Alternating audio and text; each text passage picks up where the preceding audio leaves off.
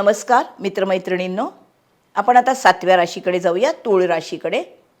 ही शुक्राची रास आहे. शुक्राची मूलत्रिकोण रास आहे, स्वतःची रास आहे. एकूणच निसर्ग कुंडलीत ही सप्तमातली म्हणजे समाजाच्या बद्दल सांगणारी रास आहे.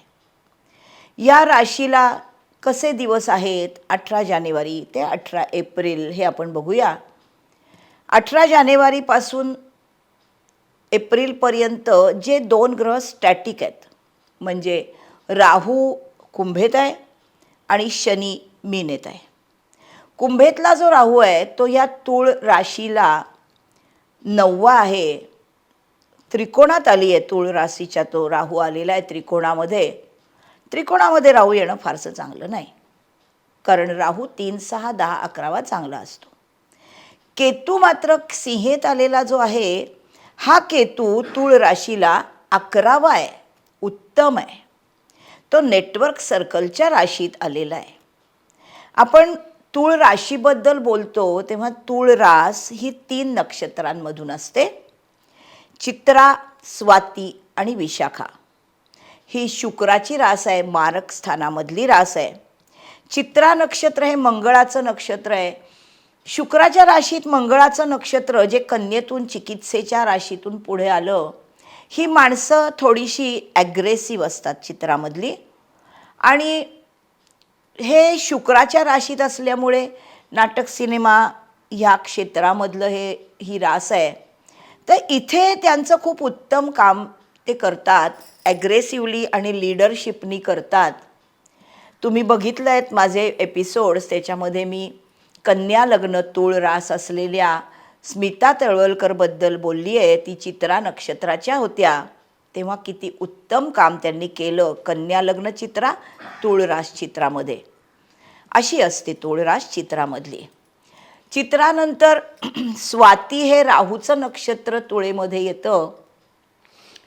राहू हा वृषभ, कन्या, मकर, मिथुन, तुळ, कुंभ म्हणजे बुध शुक्र शनीच्या राशीत चांगला असतो. हे नक्षत्र इथे चतुष्पाद आहे, त्याच्यामुळे इथे माणसं खूप ऑब्सेसिव्ह असतात, नाटक सिनेमात उत्तम असतात, व्यापारात चांगली असतात, कारण हे सप्तमातली रास आहे. आणि नंतरचं चित्रा स्वातीनंतर येतो विशाखा. इथे एकदम ट्रान्सफर होती गोष्ट. विशाखा नक्षत्र हे शेवटचे 10 अंश टोळेत आहेत. ही माणसं विशाखामध्ये जी असतात ही हळूहळू निश्चितपणे आध्यात्मिकतेकडे जातात. संपूर्ण ऐहिक सुखाला महत्त्व देणाऱ्या तूळ राशीमध्ये शुक्राच्या राशीमधली ही माणसं विशाखामधलं ट्रान्सफॉर्मेशन सप्तमाचं अष्टमाकडे विशाखामधून होतं. हे गुरुचं नक्षत्र आहे, त्यामुळे इथे ते अष्टमातल्या गूढतेकडे जातं, अध्यात्माकडे जातं. एवढा ट्रान्सफर सीन हा तूळ राशीमध्ये दिसतो. आणि शुक्र हा उच्चीचा मीनेमध्ये म्हणजे आध्यात्मिकच आहे. वस्तुतः तूळ रास ही सप्तमातली म्हणजे मारक स्थानातली, दुसरी शुक्राची रास द्वितीय स्थानातली वृषभ तीही मारक स्थानातली, पण पुढे तिची उच्चीची रास मीन ही आध्यात्मिकतेकडे जाते. अशी अतिशय इंटरेस्टिंग आहे ही तूळ रास. ही माणसांच्या नात्याची रास आहे. ह्यात चंद्र शुभ कधी हे मी अनेक वेळा सांगितलं आहे, परत परत तेच सांगत नाही. या तूळ राशीला जानेवारी, फेब्रुवारी, मार्च आणि एप्रिल या 4 महिन्यामध्ये जानेवारीचा 4था आठवडा आणि फेब्रुवारी, मार्च आणि एप्रिल या 3ही महिन्यांचा 3रा आठवडा आणि मग पुढे 4था हे उत्तम जातात. चंद्रासाठी मनाला आनंद देणाऱ्या गोष्टी त्यांच्या आयुष्यात खूप घडतात. या रवीच्या नंतर महत्त्वाचे ग्रह चंद्रानंतर महत्त्वाचे ग्रह रवी, मंगळ, बुध, शुक्र यांचं भ्रमण कसं आहे. तर जेव्हा जानेवारी महिन्यामध्ये रवी जातो मकरेमध्ये, हा 4था येतो. हा 4था रवी फारसा चांगला नाही आहे, पण या महिन्यामध्ये बुध शुक्र हे पण मकरेमध्ये आहेत. 4था बुध चांगला, 4था शुक्र चांगला, चतुर्थाचा संबंध बुध शुक्राशी आला की इथे चांगलं घर, घरातल्या सगळ्या चांगल्या सुखसोयी, लक्झरीज, कम्फर्ट्स हा शुक्र देतो. आणि सगळी सुख या शुक्राला मिळतात. हा लग्नेश चतुर्थ आता राजयोग होतो. आणि चतुर्थातला बुध तर स्वतःच्या कारकस्थानात आला, मित्राच्या घरी आला. मकर रास ही शनीची म्हणजे बुधाच्या मित्राची रास आहे. तूळ रास शुक्राची ही पण बुधाच्या मित्राची रास आहे. त्यामुळे इथे अतिशय सामंजस्याने चांगल्या घरात नातेसंबंधात माणूस राहतो. हे ओव्हरऑल सगळ्यांसाठीच आहे.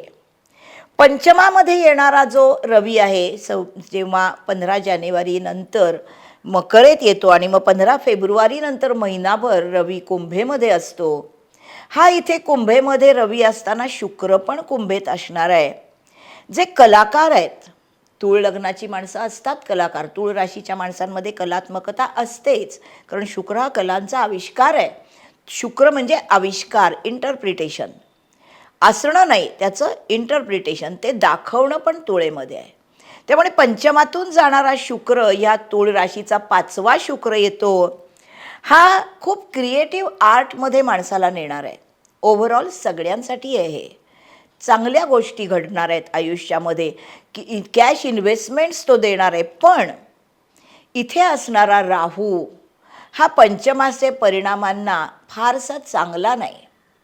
कदाचित इथे गुरु जो भाग्यामध्ये आलेला आहे तो पंचमातल्या राहूकडे बघतोय. भाग्यात आलेला गुरु जो आहे तो ह्या तूळ राशीसाठी 9वा आहे, म्हणजे उत्तम आहे. आणि त्याची 5वी दृष्टी तूळ राशीतल्या चंद्रावर अमृत दृष्टी पडणार आहे, हे पण उत्तम आहे. पण राहू पंचमात आहे तो कुंभ राशीत, स्वतःच्या मूल त्रिकोण राशीत आहे. लग्नेशाचा किंवा राष्ट्राधिपती शुक्र तुळेचा, त्याचा तो मित्र आहे. जरी गुरु तिथे बघेल तरी तो गुरु मिथुनेतून बघणार आहे. त्याच्यामुळे हा राहू इथे गोंधळ घातल्याशिवाय राहणार नाही. प्रथम अपत्याचा जर तुम्हाला आत्ता याची चाहूल लागली असेल तर इथे तो अडचणी आणणार आहे, हे नक्की आहे. यानंतरचा जो शनी आपण गोचरीचा बघतोय, हे ओव्हरऑल सांगतेय मी, स्पेसिफिक पुढे येत आहे. मीन राशीतला जो शनी आहे तो या तूळ राशीचा मित्र आहे आणि तो षष्ठात म्हणजे 6वा येतोय. हा रोग ऋण रिपूमधून बाहेर काढणार आहे. पण इथे कर्ज मात्र तो मिळू देणार नाही. शनीला कर्ज नाही माहीत, शनीला पैसाच नाही माहीत. इथे येणारा रवी षष्ठामध्ये हा सरकारी नोकरीचा कारक आहे. षष्ठात येणारा मंगळ हा पण मित्राच्या घरी आहे मीनेमध्ये, म्हणजे त्याच्यामुळे हा एप्रिलमध्ये, रवी मार्चमध्ये आणि मंगळ एप्रिलमध्ये, हे दुखणी काही जर समजा तुम्हाला करंट अनारोग्य आलेलं असेल तर त्यातून बाहेर काढणार आहेत. त्यानंतर मार्च एप्रिलमध्ये शुक्र जो परत अष्टमामध्ये 8वा येतो लग्नेश, हा स्वतःच्या घरी वृषभेत येतो. हा उत्तम आहे. 8वा शुक्र चांगला असतो. जो अष्टमातून जाईल तूळ लग्नाला तो विंडफॉल गेन देईल, जोडीदाराकडून पैसा मिळवून देईल. नंतर जेव्हा पुढे जाईल शुक्र तेव्हा तिथे गुरु आहे, गुरुवरून शुक्र जाईल. तर गुरु मिथुनेमधला हा लग्नाकडे बघतोय, तृतीयाकडे बघतोय, पंचमाकडे बघतोय. लग्नाकडे बघणारा गुरु हा व्यक्तिमत्व अतिशय धार्मिक बनवणार आहे. भाग्यातला गुरु हा लांबचे प्रवास घडवणार आहे. शुक्र हा प्रवासाचा कारक आहे. जेव्हा शुक्र पण तिथे येणार आहे एप्रिलमध्ये तेव्हा उत्तम प्रवास होणार आहेत तुमचे. लांबचे प्रवास किंवा परदेशी प्रवास सुद्धा होऊ शकतो, कारण राहू बघतो भाग्याकडे आणि भाग्यातनं गुरु चाललाय. शिक्षणासाठी परदेशी प्रवास होऊ शकतो आणि तो अतिशय सुखावह होईल.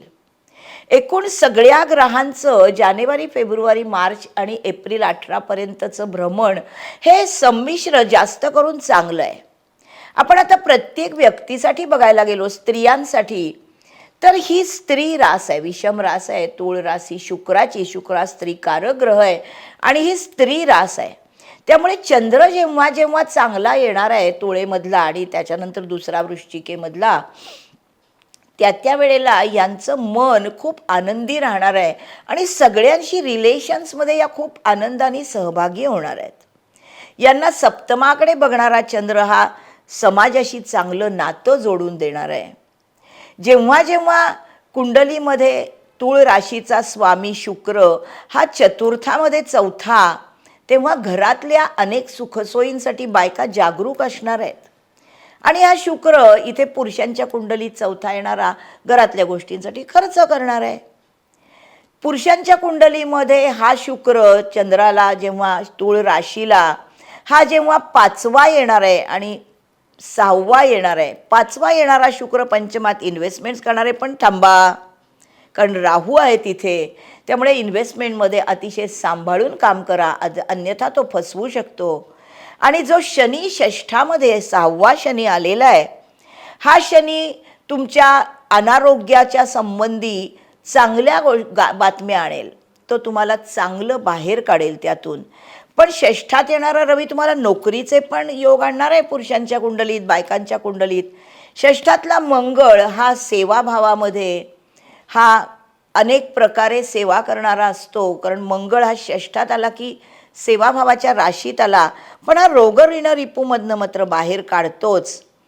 तसंच पुरुषांच्या कुंडलीमध्ये जो गुरु आलेला आहे 9वा, ह्याची 5वी दृष्टी लग्नावर पडती आहे. तर ह्या अमृतदृष्टीचे परिणाम हा गुरु असे देईल की यांच्या व्यक्तिमत्वाला एक झळाळी येईल, पैसेवाली व्यक्ती होईल, अतिशय श्रूढ आणि बुद्धिमान असल्यामुळे यांना शिक्षणाच्या खूप चांगल्या संधी येणार आहेत. विद्यार्थ्यांसाठी तर हे फार चांगलं ग्रहमान आहे. त्यांना परदेशी जायचं असेल शिकायला तर ती पण गोष्ट इथे दिसते. म्हाताऱ्या माणसांसाठी दशमामध्ये जेव्हा कर्केमध्ये रवी येणार आहे, हा रवी 10वा चांगला येईल आणि त्याच्यामुळे तो म्हाताऱ्या माणसांच्या तब्येतीमध्ये चांगली सुधारणा करेल. 11वा येणारा रवी सिंहेमध्ये येईल, तो तर उत्तमच येईल.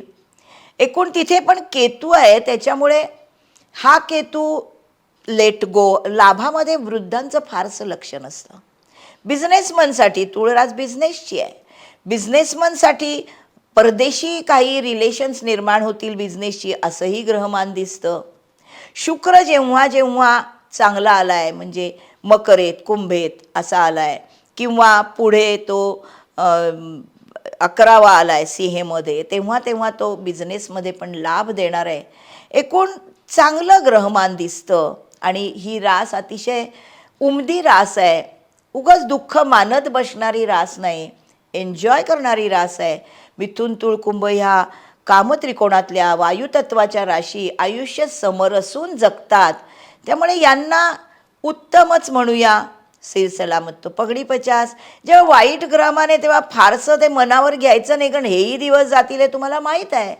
कुठलीच गोष्ट स्टॅटिक नाही आहे आयुष्यामध्ये. आणि म्हणूनच या राशी अतिशय समाधानी आणि पुढे जाणाऱ्या असतात.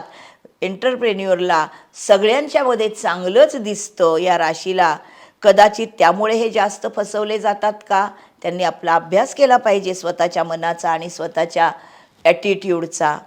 बस एवढंच तुळ राशीबद्दल. याच्यानंतर आपण पुढची रास पाहूया. कसा वाटला एपिसोड मला कॉमेंट करून सांगा. वाट पहा पुढच्या राशीकडे. Bye bye.